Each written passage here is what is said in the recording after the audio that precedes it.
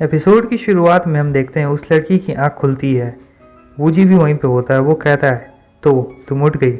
उठते ही वो लड़की सबसे पहले पूछती है कि अंकल कहाँ पर है और मैं कहाँ पर हूँ। वूजी उससे कहता है तुम्हें पहले खा लेना चाहिए, मैं सारी बातें तुम्हें बाद में बता दूंगा। अगले सीन में हम देखते हैं उस लड़की के पास अंकल की राख होती है। जो जलने के बाद जो राख बचती है वही उस बॉक्स में होती है। वो सोच रही होती है जैसा कि अंकल ने मुझसे कहा था, मुझे अपनी ज़िंदगी अच्छे से जीनी होगी।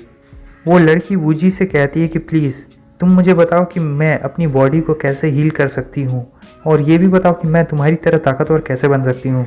उसके बाद वूजी उससे सभी चीज़ें बताने लगता है कि कैसे उसकी बॉडी को ये कहा जाता है और ये एक बहुत ही रेयर कंडीशन है और इसे कैसे ठीक कर सकते हैं हम। वो कहती है तो क्या मैं भी ताकतवर बन सकती हूँ। वूजी कहता है हाँ तुम भी ताकतवर बन सकती हो। वो उसे एक मेथड का नाम बताता है जिससे ये लड़की बहुत ही जल्द ताकतवर बन सकती है। नेक्स्ट सीन में हम देखते हैं वो लड़की अपनी ट्रेनिंग कर रही होती है। वूजी सोच रहा होता है इसकी जो बॉडी है ये एक यूनिक बॉडी है तो इसके लिए ट्रेनिंग भी थोड़ी सी अलग लगती है। वो उसे प्योरीफिकेशन मेथड सिखा रहा होता है। ये इतना ज़्यादा ताकतवर तो नहीं हो सकता है लेकिन ये इसे बचा ज़रूर सकता है। थोड़ी देर बाद हम देखते हैं वो लड़की काफ़ी खुश नज़र आ रही होती है और वो कहती है देखो। वूजी कहता है हाँ अब बिल्कुल सही लग रहा है, चलो हम फिर से शुरू करते हैं। इस तरफ हमें उस लड़की के घर को दिखाया जाता है। एक बंदा भागते भागते वहाँ के मास्टर के पास आता है और कहता है सर अनएक्सपेक्टेडली जो पर्सन वूजी है वो अभी भी ज़िंदा है और मुझे लगता है कि वो जल्दी जियांग प्रोविंस में घुसने वाला है। हमने उसकी स्ट्रेंथ का पता लगाया है, वो हुआंग फ्यून के बराबर है। जो मास्टर होता है उसे काफ़ी गुस्सा आ रहा होता है और वो कहता है कि मैं उसे मरा हुआ देखना चाहता हूँ। उसके बाद वो लोग कुछ प्लानिंग बनाते हैं कि बहुत समय बाद वो लड़की वापस से अपने शिव फैमिली में वापस आने वाली है। तो हम ऐसा करेंगे हम उनके आने से पहले वहाँ पे चलते हैं और फिर जैसे ही वो बच्चे जोंगजिंग में इंटर करेंगे हम उनका खेल ख़त्म कर देंगे। सीन चेंज होता है। हमें उस लड़की को दिखाया जाता है जो काफ़ी खुश होती है क्योंकि अब वो लोग जोंगजिंग में पहुँच चुके होते हैं। वूजी उससे कहता है हाँ ठीक है चलो, मुझे तुम्हें तुम्हारी फैमिली के पास भी तो छोड़ना है। रास्ते में वो वूजी को ढेर सारी चीज़ें बताती है कि ये था उसका स्कूल और ये नीचे जो शॉपिंग मॉल है यहाँ से वो हमेशा कपड़े खरीदा करती थी। आगे रास्ते में जाते जाते उन्हें एक बूढ़ा आदमी मिल जाता है।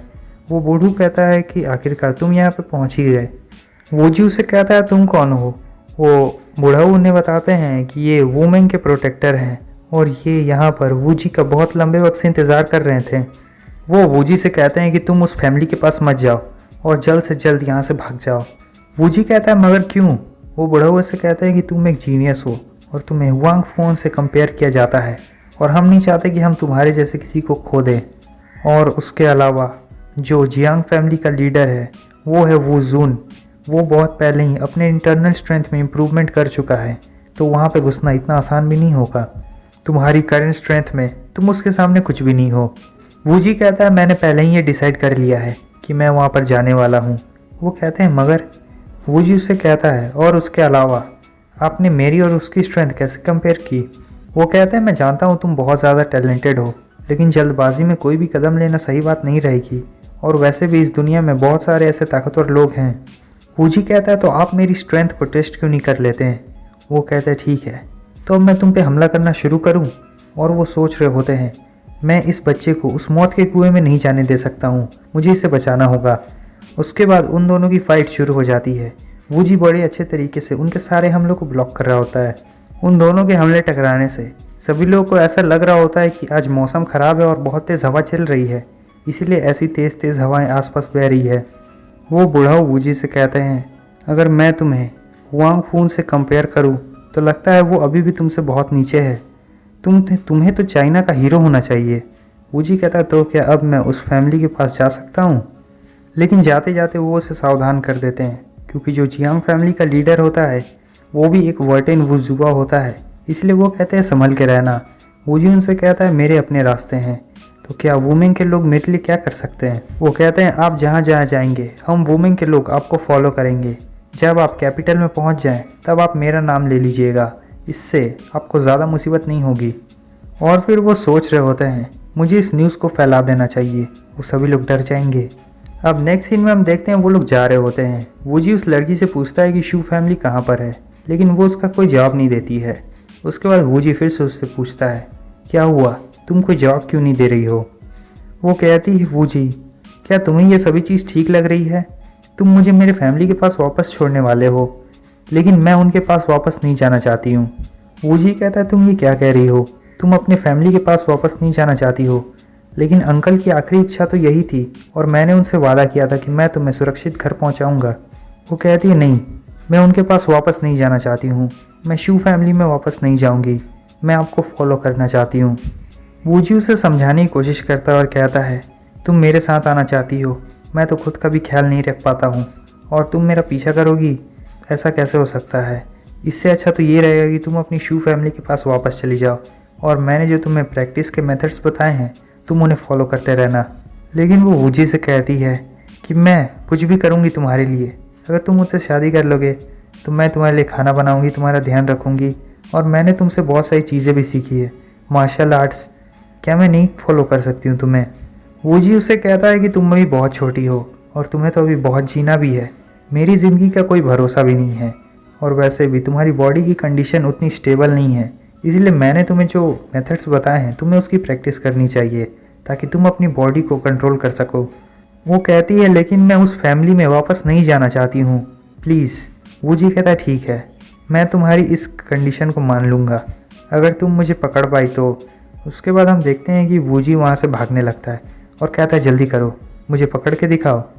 वो लड़की भी उसके पीछे पीछे भागने लगती है। जब वो भाग रही होती है तो उसे उसकी बॉडी बहुत ज़्यादा हल्की लग रही होती है। वो समझ जाती है कि ये सब उसकी ट्रेनिंग करने का नतीजा है, लेकिन फिर थोड़ी दूर जाने के बाद वो टैक्सी बुला लेती है और फिर क्या था, वो लोग टैक्सी से पहुंच जाते हैं। वो लड़की वूजी से कहती है कि ज़रा 1 मिनट यहीं पे रुकना, मैं सबसे पहले अपनी मॉम को फ़ोन लगा लूँ। वूजी कहता है तुम्हें अपने ही घर में घुसने के लिए अपनी मॉम को इन्फॉर्म करना ज़रूरी है क्या? वो कहती है रुको, हमें सबसे पहले मॉम को बाहर आने देना चाहिए। नेक्स्ट सीन में हम देखते हैं कि उसकी मॉम बाहर निकलती है। वो दोनों एक दूसरे को देख के बहुत ज़्यादा खुश होती है। वो लड़की अपनी मॉम को बताती है कि उसकी डिजीज़ ठीक हो चुकी है। उसकी मॉम कहती है इसके लिए मुझे अंकल का शुक्रिया अदा करना चाहिए, उन्होंने तुम्हें कहाँ कहाँ नहीं दिखाया। उसके बाद उसकी मॉम पूछती है कि अंकल कहाँ पे हैं, वो तुम लोगों के साथ दिखाई क्यों नहीं दे रहे हैं? तभी वो लड़की बताती है कि अंकल के साथ ऐसा ऐसा हो गया था। उसकी मॉम उससे पूछती है कि ये जवान लड़का कौन है। वो बताती है कि ये मिस्टर मूली हैं। उसके आगे वो लड़की ने बताती है कि इन्होंने ही मेरी डिजीज़ को ठीक किया है और अंकल ने इन पर पूरा भरोसा किया था कि ये मुझे मेरे घर वापस ज़रूर छोड़ देंगे। इस बात के लिए वो उसकी मॉम वूजी को शुक्रिया कहती है। उसकी मॉम उस लड़की को एक कार्ड देती है और कहती है कि तुम्हें जल्द से जल्द यहाँ से निकलना होगा, तुम यहाँ पे नहीं रह सकती हो, तुम ब्रदर मूली के साथ यहाँ से चली जाओ। ये लो, ये कार्ड रखो, इसमें $10 मिलियन है, ये तुम्हारे रहने के लिए काफ़ी रहेगा। काफ़ी रहेगा? उसकी मॉम वूजी से कहती है कि प्लीज़ इसका ध्यान रखना। वो लड़की अपनी मॉम से पूछने लगती कि क्या हुआ, आखिर क्या बात है। वो कहती है जल्दी करो और यहाँ से चली जाओ। तभी अंदर से एक और बंदा आता है और वो कहता है ओ मेरी प्यारी बेटी, तुम इतनी जल्दी में क्यों हो? डैड तुमसे मिलना चाहते हैं। इतनी जल्दी में तुम कहाँ जा रही हो अभी? उनके पीछे से 4-5 बंदे भी निकलते हैं हथियार लेके।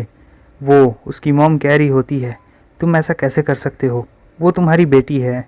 वो कहता है मैं क्या करूँ, मुझे ये मजबूरन करना पड़ रहा है। वो कहती है क्या हुआ? तभी वो मूली को देखता है और वो सोच रहा होता है क्या ये उसका बॉयफ्रेंड है।